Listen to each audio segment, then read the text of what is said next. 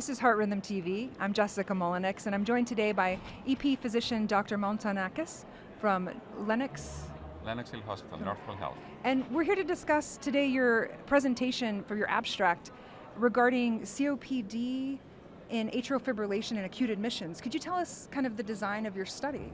Yes.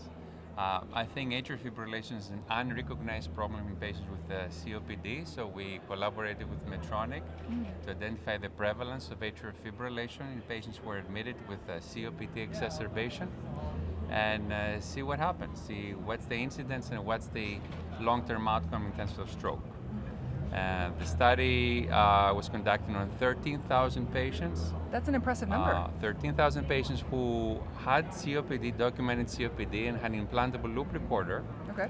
And they had atrial fibrillation during their admission for the COPD exacerbation. And the prevalence of atrial fibrillation was pretty high. About 40% of them. 40% of all of the population that you studied? 40% of patients with COPD and a link, when they show up for the COPD exacerbation, have some degree of atrial fibrillation, ranging from less than 6 minutes to more than 24 hours. And did you find any correlation of the length of atrial fibrillation and outcomes? Or was that a goal of your study?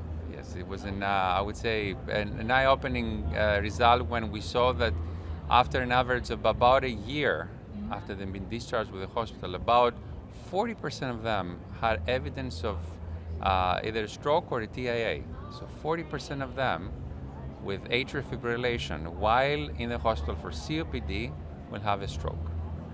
And it also looks like the more AFib they have, the more likely they are to have a stroke, with patients with more than 6 minutes of atrial fibrillation up to more than 24 hours have the higher incidence of having a stroke compared to those who did not have atrial fibrillation.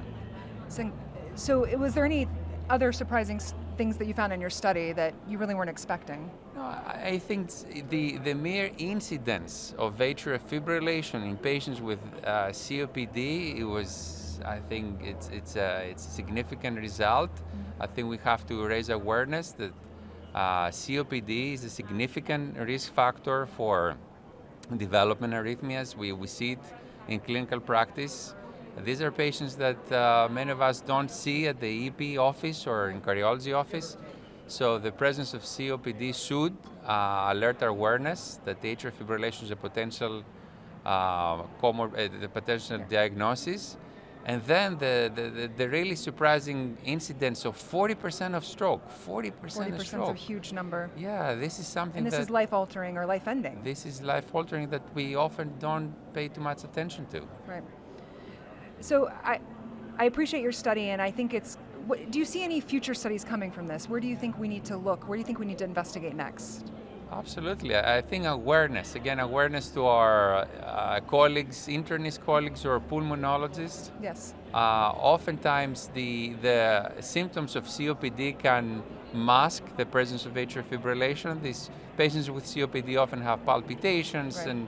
and we give a different diagnosis. And similar to how we screen for atrial fibrillation in other populations, I think we should intensify our efforts in screening for atrial fibrillation for pulmonary patients. So collaboration is what I'm hearing. We need to collaborate with the other specialties important. Because, I mean, it makes sense on some level, remodeling related to lung disease affecting arrhythmia. So you heard it here. I'm excited to be joined today at this HRS session, and there's more to come.